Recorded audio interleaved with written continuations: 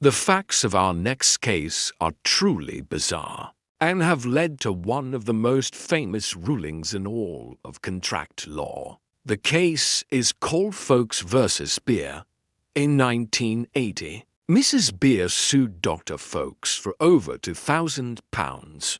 They had been neighbors and got into a dispute over a boundary wall. After litigation, the judge ruled in Mrs. Beer's favor and ordered that Dr. Foakes pay her the cost of rebuilding the wall, plus some extra for damage to trees. Dr. Foakes lost the case and knew he had to pay up, but he was pretty strapped for cash at the time. So he asked Mrs. Beer if he could pay her £500 immediately, and the rest in 24 monthly installments. She agreed, and they wrote out a little contract saying that he would pay her £500 right away, and then the balance in those monthly payments over the next 2 years.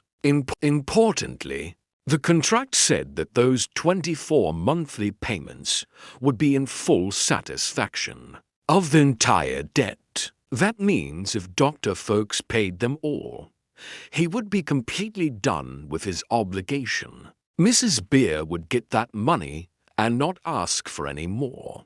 Dr. Foakes was relieved to have that deal and paid the £500 straight away. However, halfway through his monthly payments, Dr. Foakes had a change of heart. He stopped making the payments and figured that since he had already paid £500, he was basically done. Mrs. Beer was understandably pretty angry and took him back to court. She sued him for the rest of the money he owed, plus the interest that was supposed to be added on because he was late. Now, remember that original judgment against Dr. Foakes was for just over £2,000. But by this point, because he was so late on his payments, the total amount he owed was closer to £3,000. Dr. Foakes argued that he had paid half of what he originally owed, and so the most Mrs. Beer could ask for is half of the original amount. It seemed only fair. This case went all the way up to the House of Lords, and the judges were faced with a tricky question. Could a creditor ever agree to give up part of what they are owed in exchange for getting something else? And if so, when would that be enforceable? In other words, what is the rule around enforcing or agreeing to forgo part payment of a debt in exchange for something else? Remember the IRIC method. I is for the issue, R is for the rule, A is for the application of the rule to the facts of the case, and C is for the conclusion reached by the court. So first, what was the issue in this case? The issue is whether a promise to accept part payment of a debt can be enforced, or in other words, can someone be forced to accept less money than they are owed? To answer that, we look at the rule, and the rule is established by a very old case called Pinnell versus Coles case from the year 1602. That case established that paying a smaller sum on the day a debt is due cannot satisfy a larger debt. The court reasoned that for there to be consideration, which is what makes a contract enforceable, each party must give something of legal value. Simply promising to pay less does not provide any value, therefore no consideration, and therefore not enforceable.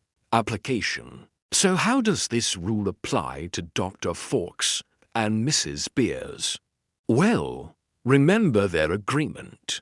Dr. Foakes was supposed to pay off the debt in full by making regular payments, until he had paid off the entire £2,000 that he owed. He didn't do that. Instead, he stopped making payments and said he was done because he had already paid £500. But that was just the beginning of his payments. He hadn't paid anything else. As the court saw it, Mrs. Beer gave up nothing of legal value in exchange for accepting less.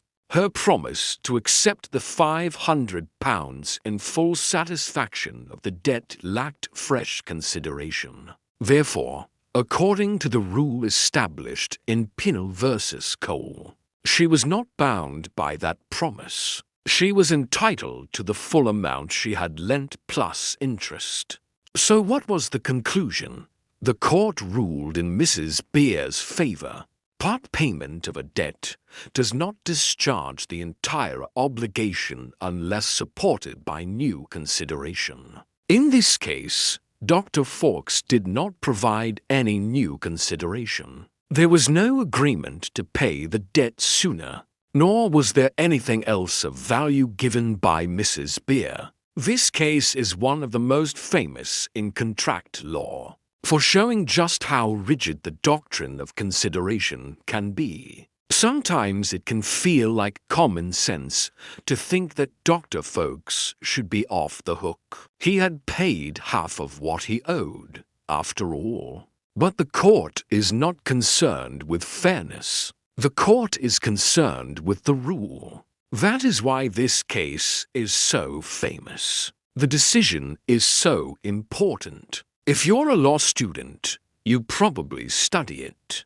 It is a warning that sometimes legal rules will be more important than fairness. But it also shows that sometimes contracts don't need to be fair to be enforceable. If you enjoyed this episode, leave a like and subscribe for more Law Explained. And if you want to help me explain even more legal concepts, consider supporting me. Until next time, thanks for watching.